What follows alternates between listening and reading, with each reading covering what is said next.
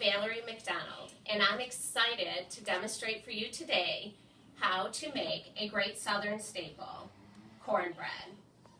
According to Indians.org, we can all thank the Native Americans for cornbread. The Native Americans used ground cornmeal along with flour in many of their dishes. As the English settlers came to America, they also adopted this recipe and kind of made it their own. In fact, in 1839, Mrs. Latrice Bryan wrote a book called The Kentucky Housewife, and in it she has 17 recipes that use cornmeal to make cakes, pudding, and breads. And you're going to see in a minute that cornmeal is the main ingredient of cornbread. Well, this recipe comes from another great Southern woman, my mother-in-law, Mrs. Patsy McDonald, who lives in East Tennessee. I think it's important to pass recipes down from generation to generation. A good recipe makes a great dish that can comfort you when you're feeling sad. And it can also bring back good memories of family and friends and good times. So let's get started. I'm going to first show you the ingredients you will need. Sugar, cornmeal mix, flour, buttermilk. You will also need 1 egg. In addition, you need a little bit of vegetable oil in a cast iron skillet.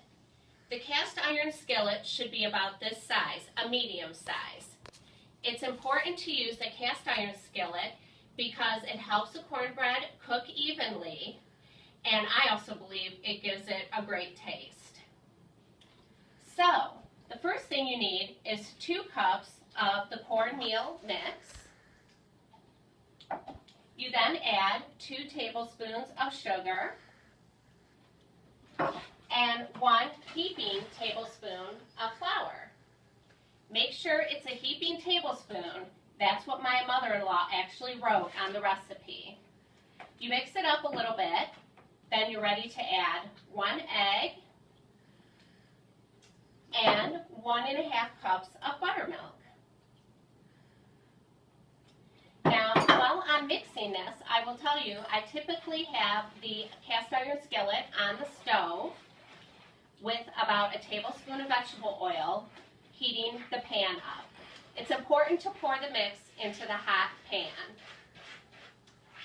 Sometimes I also allow the cornmeal mix here to rise for a few minutes before I pour it in the pan.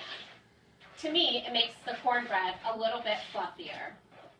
So this is what your mix is going to look like when it's ready to pour into the pan.